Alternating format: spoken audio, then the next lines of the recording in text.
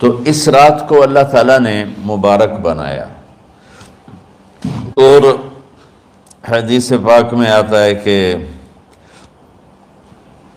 اللہ تعالیٰ اس رات میں ساری دنیا کے لوگوں کی بخشش فرماتا ہے سوائے 5 آدمیوں کی، 5 کے سوا سب اہل ایمان کی بخشش ہو جاتی۔ مشرک، المشرک، پہلا مشرک، دوسرا مشاحن، مشاحن کیسے کہتے ہیں؟ دل میں بغض رکھنے والا، کینہ رکھنے والا۔ تیسرا مسبل ازارہ، اپنے پاجامے شلوار چادر کو ٹخنوں سے نیچے تک لے جانے والا، لیکن ایک شرط کے ساتھ کہ وہ تکبر کی وجہ سے ہو، سستی کی وجہ سے ہے، غفلت کی وجہ سے ہے۔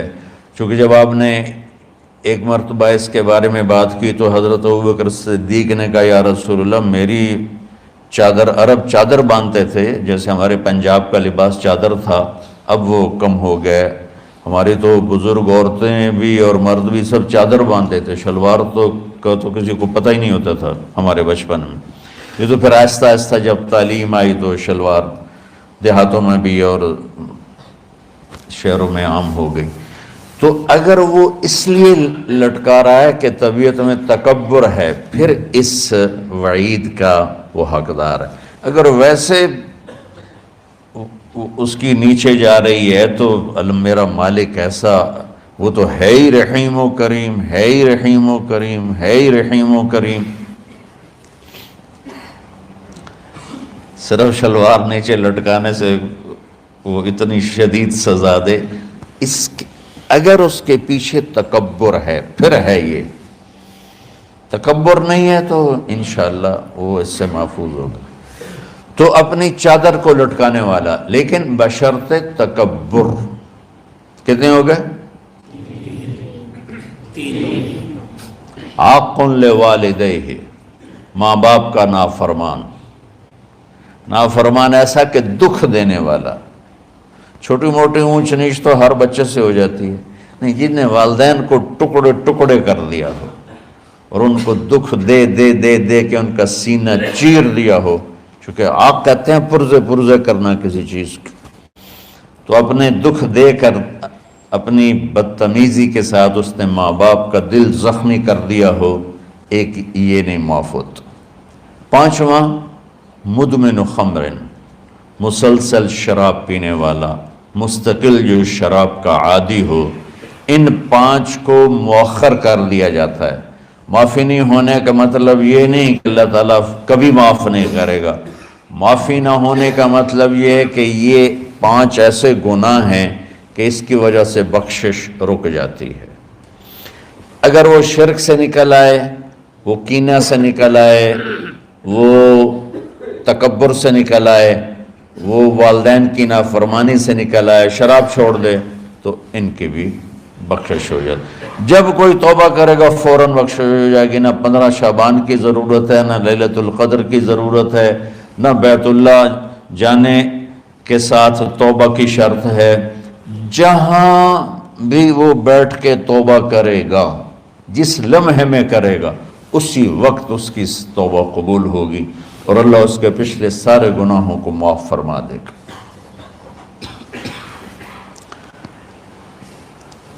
دن کا روزہ، رات کا قیام، زیادہ قیام سے مراد نوافل ہیں، کوئی گھر میں پڑھ لے، کوئی مسجد میں پڑھ لے۔ نوافل، نفلی عبادات گھر میں ہی افضل ہوتی ہیں۔ میرے نبی سنتیں ہمیشہ گھر سے پڑھ کے آتے تھے، تہجد اپنے گھر میں پڑھتے تھے، مسجد میں نہیں پڑھتے تھے، سوائے اعتکاف کے آپ اپنے نوافل سنتیں سب گھر میں پڑھتے تھے، اور مسجد میں صرف فرض آ کے ادا فرماتے تھے، اور اس کے بعد بیٹھنا ہوتا تھا تو بیٹھ جاتے تھے، اٹھنا ہوتا تھا تو اٹھ جاتے تھے۔ تو اعتدال اللہ کو ہر چیز میں پسند ہے۔ دنیا جو مختصر ہے اس میں کیسے پسند نہیں ہوگا؟ آخرت جیسے معاملے میں بھی اللہ ہم سے کہہ رہا ہے اعتدال امتن وسطا، ایسے عیسائیوں کی طرح ترک دنیا بھی نہ کرو، یہودیوں کی طرح دنیا کے پیچھے نہ پڑ جاؤ، رزق کے حلال بھی کماؤ، اپنے بچوں کو بھی دیکھو، اپنے فرائض کو بھی دیکھو جو دنیاوی ہیں، اور اللہ سے بھی اپنا معاملہ ٹھیک کرو اور درست کرو۔ بعد کے زمانے میں صحابہ کے بعد سے ہی ایک انتہا پسندی امت میں آئی، ساری رات جاگنا۔ فلاں بزرگ تھے وہ رسے سے اپنے بالوں کو باندھ لیتے تھے کہ نماز پڑھتے پڑھتے جب نیند آئے اور جھٹکا لگے تو رسے سے بندھے ہوئے بالوں سے اس جھٹکے سے تکلیف ہو اور ان کی آنکھ کھل جائے اور پھر نفلوں میں شروع ہو جائے۔ ایک فلاں بزرگ تھے وہ اپنے آنکھوں میں نمک کا سرما لگاتے تھے تاکہ آنکھیں جل جائیں، اس میں وہ جلن پیدا ہو جائے اور نیند اڑ جائے۔ یہ ایسے واقعات بھرے پڑے ہیں۔ فلاں بزرگ تھے، انہوں نے 30 سال عشاء کے وضو سے فجر کی نماز ادا کی۔ یہ اپنی جگہ پہ بزرگی ہے، لیکن یہ بھائیو یہ دین ہم پیش نہیں کر سکتے۔ فلاں بزرگ تھے وہ 30 سال سے ستو کھا رہے تھے کہ روٹی کھانے اور ستو کھانے میں 70 دفعہ سبحان اللہ کا فرق پڑ جاتا ہے، تو روٹی کھائیں تو 70 دفعہ سبحان اللہ کم کہہ سکتے ہیں، اور ستو کھائیں تو 70 دفعہ سبحان اللہ زیادہ کہہ سکتے ہیں۔ تو لہٰذا انہوں نے کہا مجھے تو 30 سال ہو گئے، میں تو ستو کھا رہا ہوں، میں تو روٹی نہیں کھا رہا۔ یہ دین نہیں ہے، یعنی یہ وہ دین نہیں جو ہم انسانیت کو پیش کر سکتے۔ یہ تو لوگوں کو دوڑانے والی بات ہے۔ اور ایک آدمی ایک بزرگ سے ملنے گیا تو وہ نوافل پڑھ رہے تھے، وہ زور سے عصر تک نفل پڑھتے رہے، وہ ان کے انتظار میں بیٹھا رہا۔ پھر عصر سے مغرب تک وہ مراقبہ کرتے رہے، وہ انتظار میں بیٹھا رہا۔ پھر مغرب سے عشاء تک وہ نفل پڑھتے رہے، وہ بیچارہ انتظار کرتا رہا۔ پھر عشاء کے بعد پھر نفل شروع کیے تو تہجد تک نفل پڑھتے گئے اور وہ بیچارہ پیچھے بیٹھا ہوا۔ تو تہجد کے آخر میں ان کی مصلی پہ بیٹھے بیٹھے ایسے اونگ آ گئی، تو یوں جھٹکا لگا تو کہا یا اللہ میں اس آنکھ سے پناہ مانگتا ہوں جو سونے سے اس کا دل ہی نہیں بھرتا۔ اور پھر اس کے بعد فجر کی نماز پڑھ کے اشراق تک بیٹھے رہے، پھر اشراق پڑھے، اخیر وہ بیچارہ اٹھی کے واپس آ گیا۔ لگتا ہے نام تھا ویلی کوئی نہیں۔ تو وہ اس نے کسی سے پوچھا کہ یہ بزرگ کب سے یہ کر رہے ہیں؟ کہ پچھلے 30 سال سے کر رہے ہیں۔ یہ راہبانیت کی شکل ہے، یہ وہ دین نہیں جو ہم لوگوں کو پیش کریں گے تو وہ کہیں گے واہ واہ واہ واہ کیا دین ہے بھائی، قبول کرو۔ یہ ایک قسم کا غلو آیا۔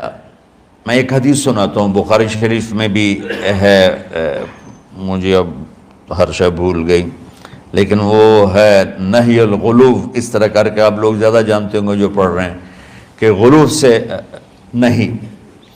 حدیث آپ کو سب کو یاد ہوگی کہ 3 صحابہ آئے اللہ کے نبی کے گھر اور پوچھا کہ اللہ کے نبی رات کیسے گزارتے ہیں؟ تو گھر والوں نے کہا سوتے بھی ہیں، جاگتے بھی ہیں، کھاتے بھی ہیں۔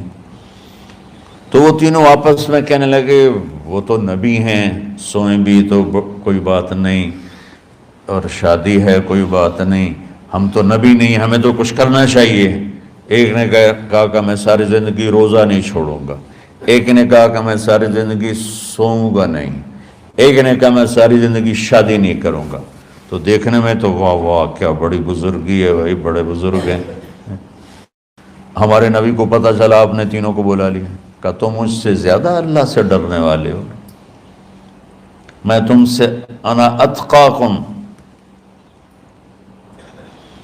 یا اخشاکم، الفاظ آپ لوگوں کو زیادہ یاد ہوں گے لیکن مفہوم میں صحیح پیش کر رہا ہوں۔ آپ نے کہا میں تم سے زیادہ اللہ کو جانتا ہوں، تم سے زیادہ اللہ سے ڈرتا ہوں، میں سوتا بھی ہوں، میں کھاتا بھی ہوں، میں روزے بھی رکھتا ہوں، میں چھوڑ بھی دیتا ہوں۔ میری بیویاں بھی ہیں، میں اپنی بیویوں کے پاس بھی جاتا ہوں۔ تم دین میں غلو سے بچو، پہلے امتوں کو ہلاک کر دیا دین میں غلو۔ دنیا میں غلو یعنی انتہا پسندی، ایکسٹریمسٹ ہونا، دنیا ہو یا دین ہو، دونوں میں اعتدال بچو، اللہ تعالیٰ کو پسند ہے۔ تو شعبان کے حوالے سے ایک علماء کا طبقہ اتنا رد میں گیا کہ ایسی نفی کر دی کہ جیسے ہے ہی کچھ نہیں، یہ بھی غلط ہے۔ ایک طبقہ وہ ہے جو پتہ نہیں کیا کچھ کرتا ہے شب برات کے نام پر، وہ بھی غلط۔ ساری حدیثوں کو ملا کر روزہ اور رات کا قیام، کہ رات کو اٹھ کے کچھ اللہ کو یاد کر لو۔ اب اس آیت میں بعض مفسرین سے غالباً بھول ہوئی، حامیم والکتاب المبین انا انزلناہ فی لیلۃ مبارکۃ انا کنا منذرین فیہا یفرق کل امر حکیم امرا من عندنا انا کنا مرسلین۔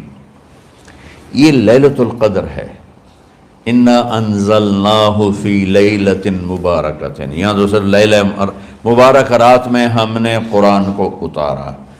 دوسری آیت کو جوڑو، انا انزلناہ فی لیلۃ القدر، ہم نے قرآن کو لیلۃ القدر میں اتارا۔ تو وہ آیت اس آیت کا ترجمہ کر رہی کہ لیلۃ مبارک سے مراد لیلۃ القدر ہے، 15 شعبان نہیں۔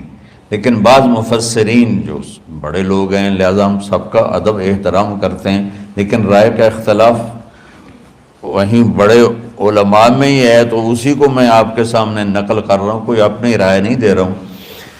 تو ان سے یہ صاف ہو گیا کہ انہوں نے اس کو 15 شعبان بنا دیا۔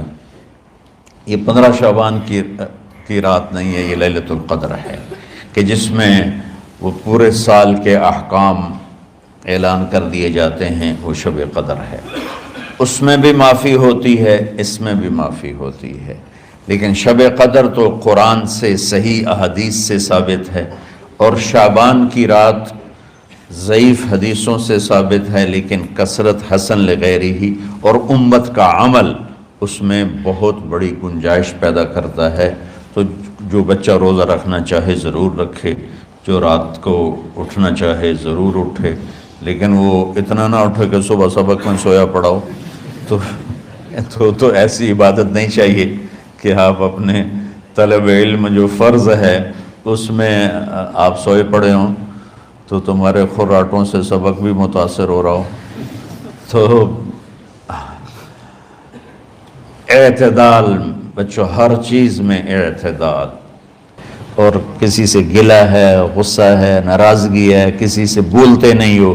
ابھی سے شعبان آ چکا ہے، آپ شعبان سے رمضان کی تیاری شروع فرما دیتے تھے، تو اس کی تیاری کیا ہے؟ وہ دلوں کو صاف کرو، معاف کرو، معافی مانگو، تمہارا قصور نہیں پھر بھی معافی مانگ لو، دلوں کو صاف کرو، اور اللہ سے سخاوت مانگو، کہ اللہ کو سخی بھی پسند ہے اور صاف دل والا بھی پسند ہے۔